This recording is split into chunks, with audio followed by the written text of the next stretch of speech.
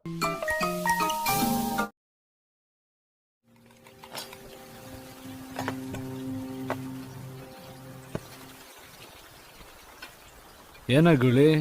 ಮನೆಗೆ ಬಂದಿದಂತೆ, ಊಟ ತುಂಬಾ ಇಷ್ಟಪಟ್ಟಂತೆ.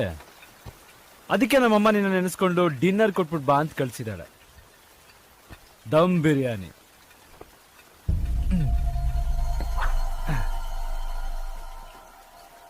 ಊಟ ಮಾಡು.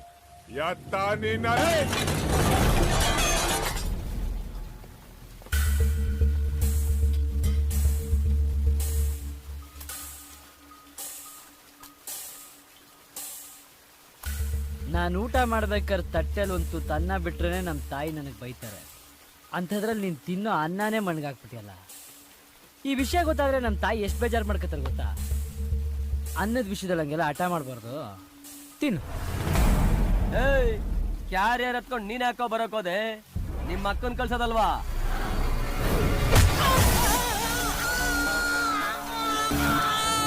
ನಾನ್ ಮಾತಾಡ್ಬೇಕಾದ್ರೆ ಸೆಂಟ್ರಲ್ ಬಾಯ್ ಆಗ್ಬಾರ್ದು. ಅಖಾಡದಲ್ಲಿ ಅಕ್ಕ ತಂಗಿರ್ ಮ್ಯಾಟ್ರ್ ಎತ್ತಬಾರ್ದು.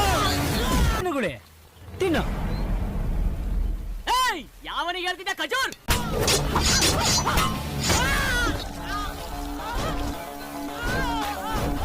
ಟಚ್ ಮಾಡಬಾರ್ದು. ಅದು ರೌಡಿಗಳಿಗಿರ್ಬೇಕಾಗಿರೋ ಕಮಿಟ್ಮೆಂಟ್.